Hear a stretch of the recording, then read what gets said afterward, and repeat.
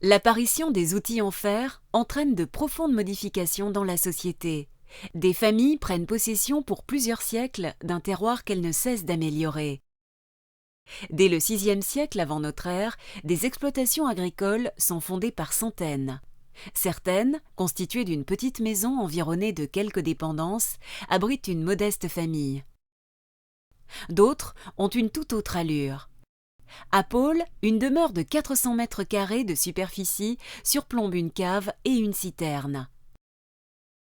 Plusieurs cages souterraines, dissimulées près de la maison, abritent les denrées conservées à long terme.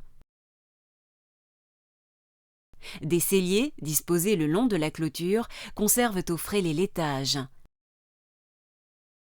Un enclos protège les chevaux et le bétail. Des cimetières implantés le long des chemins accueillent les défunts. Durant le IVe siècle, on constate un recul dans l'occupation des campagnes. Les fermes se dégradent ou sont abandonnées. Le climat, plus froid et plus humide, est alors moins favorable aux récoltes. Au cours des 3 derniers siècles avant notre ère, on observe un nouvel essor de mise en culture dans le cadre d'une amélioration progressive du climat.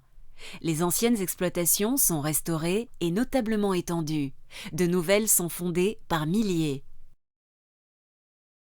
Dans les terroirs les plus favorables, la densité de ces exploitations atteint celle des fermes actuelles. Reliées par un réseau de chemins, elles s'intègrent dans un paysage de champs et de pâtures délimité par quelques clôtures. On note une évolution dans la façon de stocker les récoltes, jusqu'alors entreposées dans chaque ferme. Les cages souterraines sont abandonnées. Les céréales nécessaires aux semailles et à la consommation familiale sont désormais conservées à l'abri des rongeurs dans des greniers construits sur pilotis. Les surplus sont stockés le long des voies majeures dans des entrepôts. Le monde agricole a changé. Les fermes fonctionnent désormais dans le cadre d'un réseau d'échanges développé qui leur permet de centrer leur activité sur les productions les plus adaptées à leur terroir.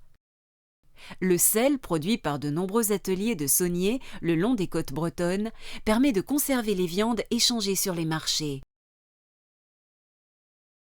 Le monde rural est dominé par des résidences monumentales protégées par des remparts et des tours.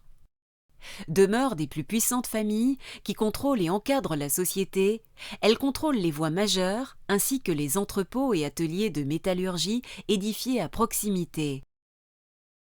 Vers 150 avant notre ère, on assiste à la naissance d'agglomérations constituées de quelques centaines de maisons et d'ateliers, protégés ou non par des lignes de remparts. Implantées le long des voies majeures, ces bourgades sont parfois dominées par les résidences monumentales de l'aristocratie.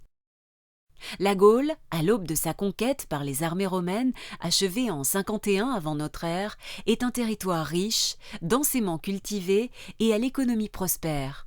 Il sera intégré à l'Empire.